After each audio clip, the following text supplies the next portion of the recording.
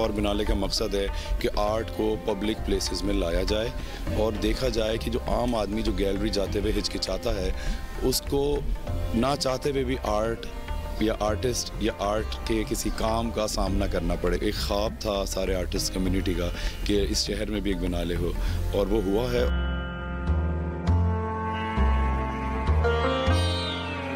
मुनफरिद और ढेरों आइडियाज के साथ लाहौर आर्ट बिनाले में शामिल होने वालों में इमरान कुरैशी भी शामिल हैं, जिन्होंने तारीख समर पैलेस में रोशनियों की खसूसी इंस्टॉलेशन की। न्योन समेत आर्टिस्टों के हर मीडियम का काम डिस्प्ले के लिए पेश किया गया। मुगलिया दौर में बनाए गए शाही किले में उस दौर के मुसव्विरों के लिए मकतब खाना के नाम से एक खास हिस्सा मुख्तस था। सदियों बाद इस बेजान इमारत को उन 25 मीनातोर मुसव्विरों ने जिंदगी बख्शी जो इस इवेंट का हिस्सा बने।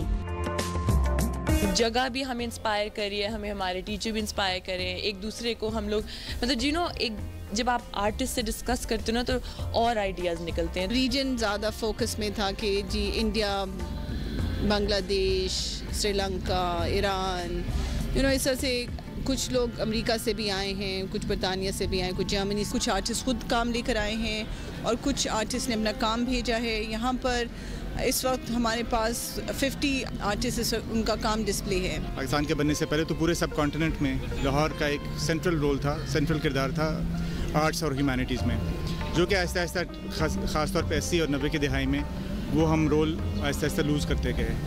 लेकिन हमारे डीएनए में आर्ट और कल्चर है, तो इसकी वापसी लाहौर शहर में, लाहौर का एक इंटरनेशनल आर्ट सीन में एक प्लेटफॉर्म बनना आई थिंक सबके लिए बहुत ज़रूरी था, पूरे शहर के लिए। Spread over many sites in Lahore fort से लेकर लाहौर म्यूज़ियम से लेकर Lawrence garden, NCA, Alhamra art centre, इस सब में different art exhibition, different talks हो रही हैं।